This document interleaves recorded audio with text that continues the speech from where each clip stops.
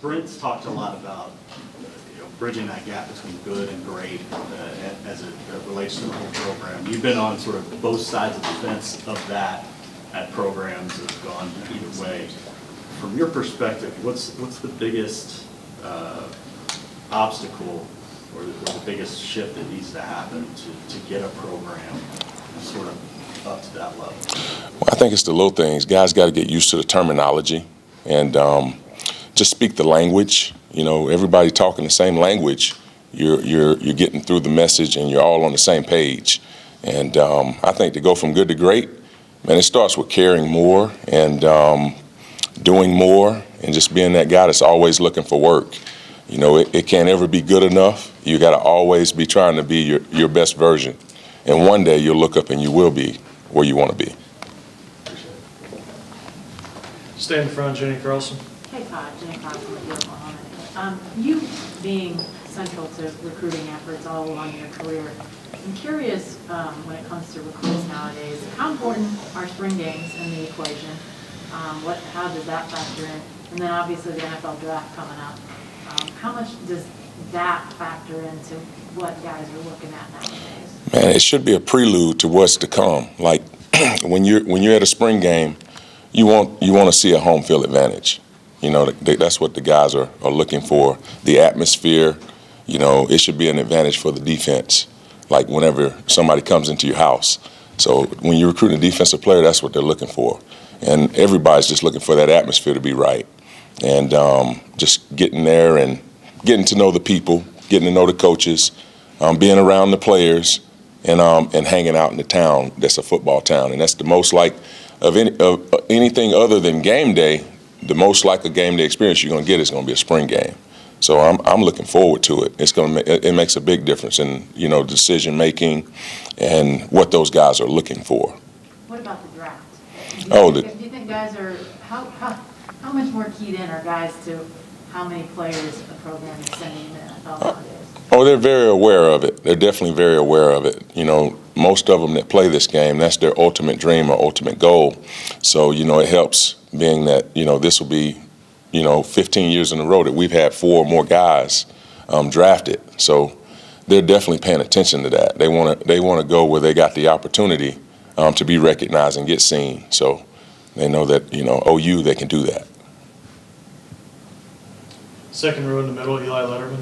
Hey Todd, I know you touched on this a bit last month, but when you think back on your time at Clemson, what can you identify as sort of what drew you to follow Brent here, and what's it been like watching kind of everyone else this spring get to experience that?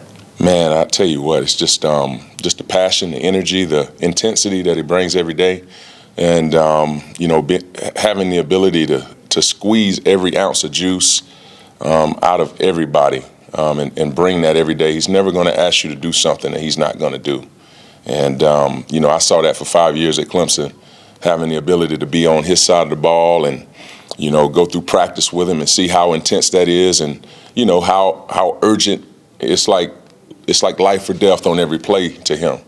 And you really, you know, you get used to that intensity and you get used to cranking it up all the way to here every day to the top, to the max, because at the great programs now, if you're not maxing out like that, if you're working out, like I'm getting in Smitty world now talking about a workout you're working up to a percentage, right?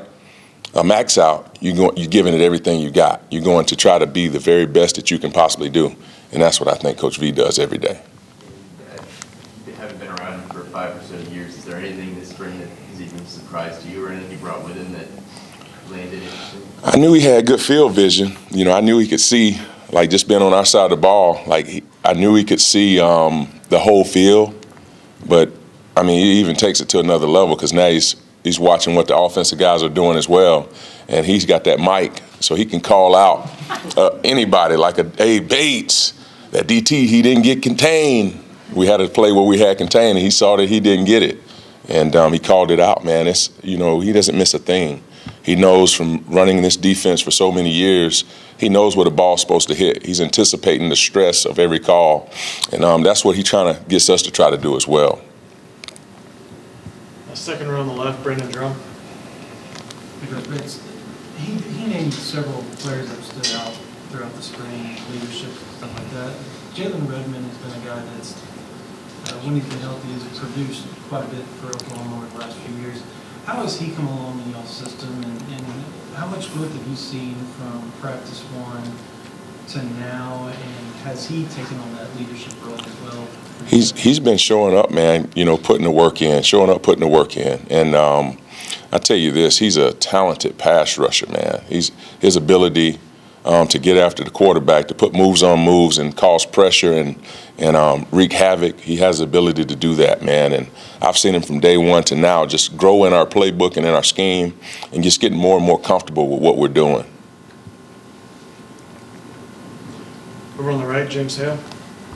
I thought you lost quite a bit of talent, from last year's defense, and I know that has nothing to do with you. And you look at these guys, and some guys are getting new opportunities. Jeffrey's coming in, so how's the defensive line coming together? And, Brent has talked a lot about what he sees at defensive end, but what do you see at defensive tackle? You like that group? What's going on there? I do like that group. They're just coming to work every day, man, playing low, fast, and hard, trying to get better, and just attacking every day. I've seen them grow. I mean, first of all, I've never dual trained everybody in the room, and we dual trained everybody at DT. So all of them know the nose tackle position and the 3 technique. So you do that so that you can handle tempo. And so I've been very pleased with the work that they've put in, and the progress and progressions that they've made from day one to now. So, and they just keep on coming, man, and they're staying together. They're a tight-knit group. Jeffrey Johnson and JK, Jordan Kelly, those guys have been really leading the charge, really, pulling guys in to watch extra tape and to put in extra time on their own. And so, when you got that intrinsic leadership and guys leading, from the locker room, that's when you got the best type of leadership. And that's what we're trending toward.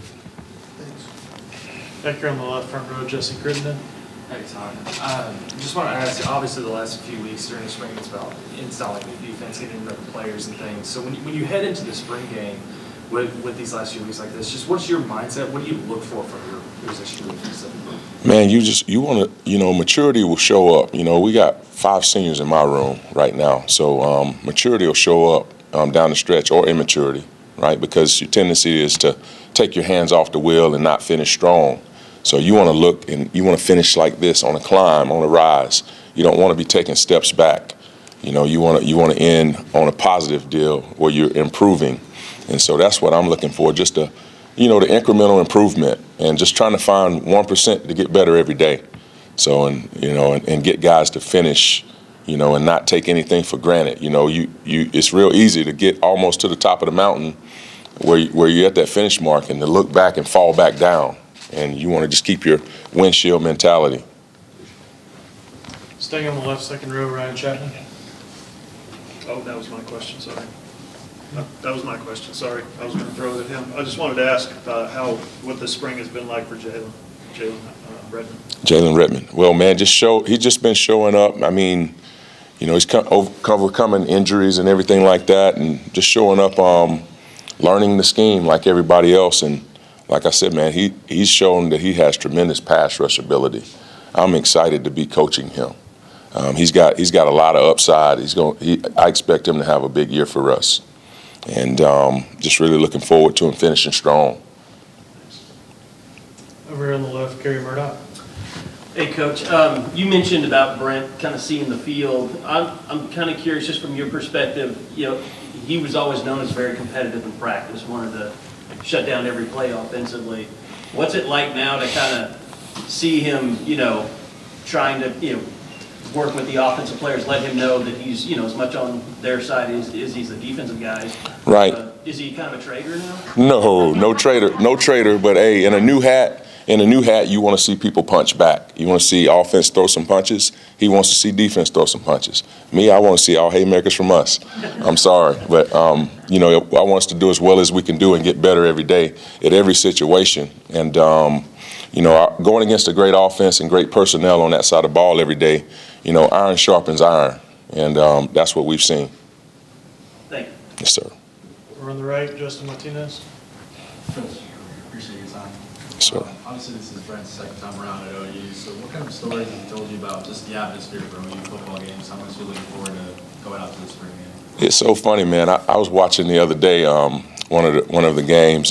Coach V pulled up just from his time here, the first go around, and it's good to see. Like, I see the celebration. Everybody sees the celebration where he's going wild on the sideline, throwing punches, and he showed me the play that goes with that celebration. I finally saw the play that goes with it, and so that was pretty neat. And the stories, they're endless. Between him and B Hall, just the good times they had, the relationships they built, and just looking forward to doing that again, and doing that at a high level. All of our hearts are with our players, wanting to build a relationship with them, and wanting it to be one that lasts longer than just the 4 years that they're here, something that spills over into life and that lasts a lifetime. So that's what we're looking forward to, man. But it was good to see that celebration and know what play it goes with. So it's been great. Remember which play it was? Yes, it was a sack. So it was. I believe it was. I can't remember which quarter it was in, but it was the Red River rivalry. And let's try to say that fast. It was a strike was our blitz that we called. So it was pretty neat. I said, okay, so that goes with strike. So now I know something. I know what that celebration is. Let's go over here on the left, Eric Bailey. Coach, wanted to ask you, when you set the foundation for the future, how much do you emulate the blueprint you guys did at Clemson through your defensive line? And you have 5 seniors. How important is it for those guys to really set the foundation for what recruiting classes in the future can see, what you expect out of that position? It's very important, man. You always, you're always moving forward, but you always have a foundation of where you've been and what you've done, and but you want to build on that. Foundations aren't to be rested upon; they're to be built upon. And those guys, those 5 seniors, they want to leave a legacy. They want to have that arm around the young guys and teach them how to do it. And first of all, they got to learn how to do it from the new, from our scheme and everything that we're implementing here as far as, whole person development, and not just being about, a transactional relationship where you swipe your card and you pay and you go. It's more about relationships, and it's more about pouring into each other. It's more about spending time with each other, and really having a unity, chemistry, and bond that is second to none. That's what we hope that happens in the locker room, because when you do that, it's very special. I was over on the right, up front. Yeah.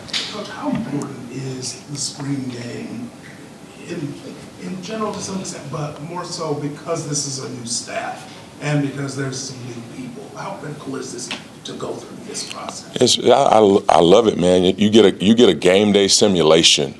We don't have a preseason before our season. This is like, other than scrimmages over the summer, this is your one shot to get it right. The communication on the headsets, the guys getting, the fan and crowd noise. We're used to working when the stadiums are empty at practice, or just the parents there, and it's not much noise unless we play a radio. So you get to go through all of that and experience, the turbulence of a game, the ups and downs, and, just go through all of the situations, and you get to respond, and you get to grow from that. You get a chance to watch and study that. So it should be tremendous growth from our team, just getting that experience. Some of them haven't had that.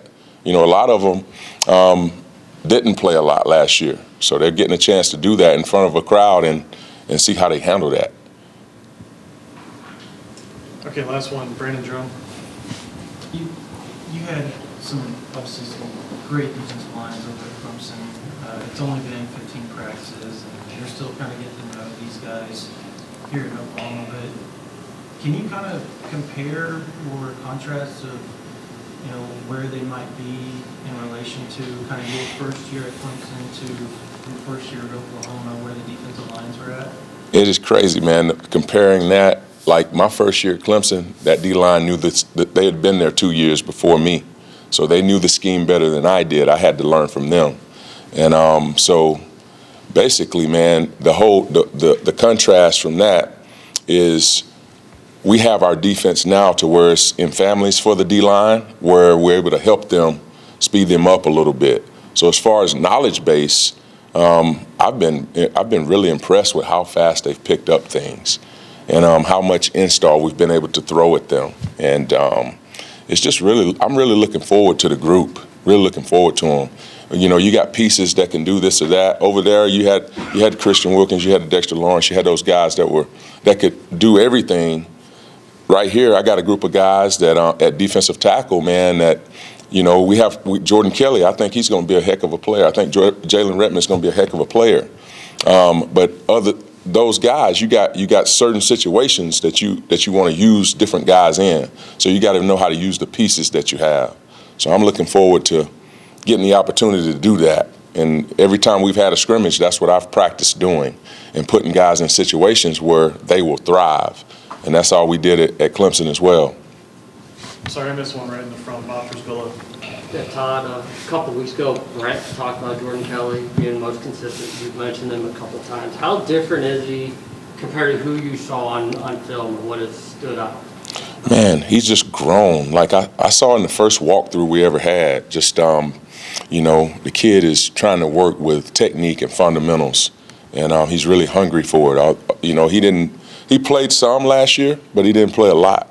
And he had other guys ahead of him.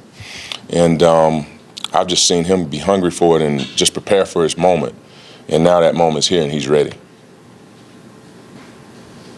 All right, thanks, Coach. Yes, sir. Thank y'all.